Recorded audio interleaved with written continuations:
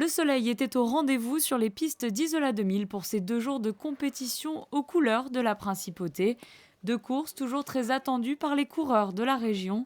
Un engouement qui se confirme cette année encore avec près de 280 participants inscrits sur l'ensemble du week-end.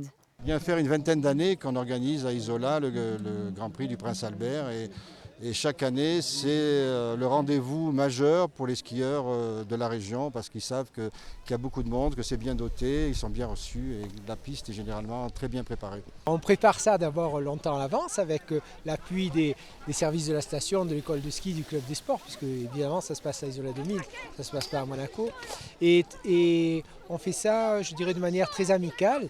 On invite tous les clubs de la région, voire au-delà, puisque demain il y aura des gens qui viennent d'Alpes-Provence courir.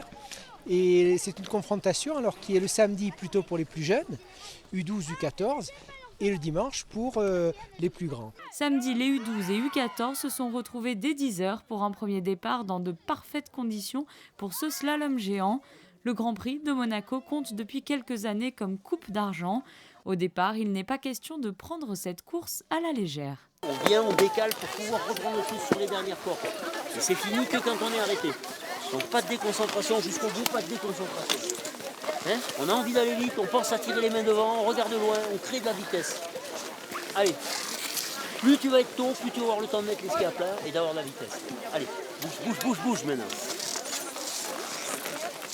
À l'arrivée, les résultats ne sont pas toujours ceux escomptés, mais la bonne humeur est de rigueur. Voilà, il te repasse devant, normal. Bravo, il reste 2 secondes. Bien, mais un peu molle. Mais ça va, normal. Moi je trouve que j'ai pas très bien fait une très bonne course, j'aurais pu mieux faire. Ça s'est bien passé, enfin oui, j'ai assez bien skié donc je suis contente. Et voilà. Ça fait quoi comme résultat? Moi, 11e, donc ça va, je suis contente. Ce sont eux les grands gagnants chez les plus jeunes. Ils ont réussi à s'imposer dans leurs catégories respectives. Des récompenses remises notamment pour l'occasion par le ministre d'État et le président du Conseil national qui avait fait spécialement le déplacement. Tu as gagné cette course du Monte Carlo Ski Club. Comment ça s'est passé pour toi? Ça s'est bien passé. Après, il y avait toutes mes copines. C'était cool. Comment tu t'es sentie pendant la course? Je me suis mieux sentie à la deuxième qu'à la première. Ça va, je fais une première manche assez pas mal. Je gagne avec 1 seconde d'avance. Deuxièmement, je rentre dans le mur, je me mets un inter. J'arrive à vite fait me rattraper sur l'écart et tout.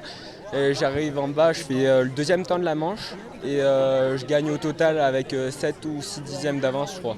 Et donc voilà, c'est cool. Dimanche, nouveau départ, nouveau tracé. Le vent s'est levé ce matin, ce qui ne facilite pas la préparation des coureurs.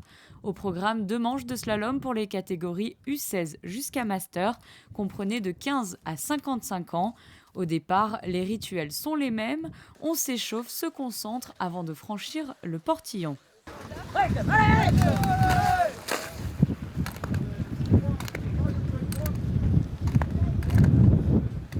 C'est finalement Julia Forté de l'Interclub qui s'imposera chez les femmes.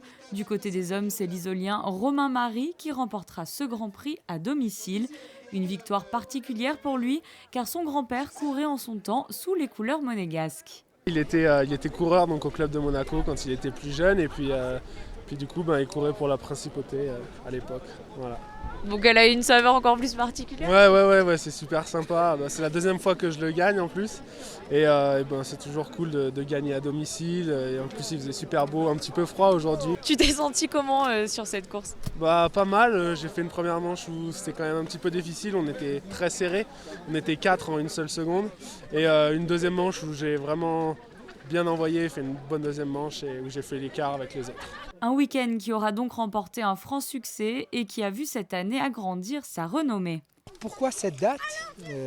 Traditionnellement, on le faisait le jour de la Sainte-Dévote ou le week-end de la Sainte-Dévote, alors que maintenant on a avancé les dates parce que c'est la journée mondiale de la neige, le World Snow Day, que la Fédération internationale de ski souhaite mettre à l'honneur. Et nous, on s'associe à cette opération en faisant ces courses à l'occasion du World Snow Day, ce qui nous donne une retombée plutôt internationale, puisque sur le site de la Fédération internationale, il y a les courses de Monaco.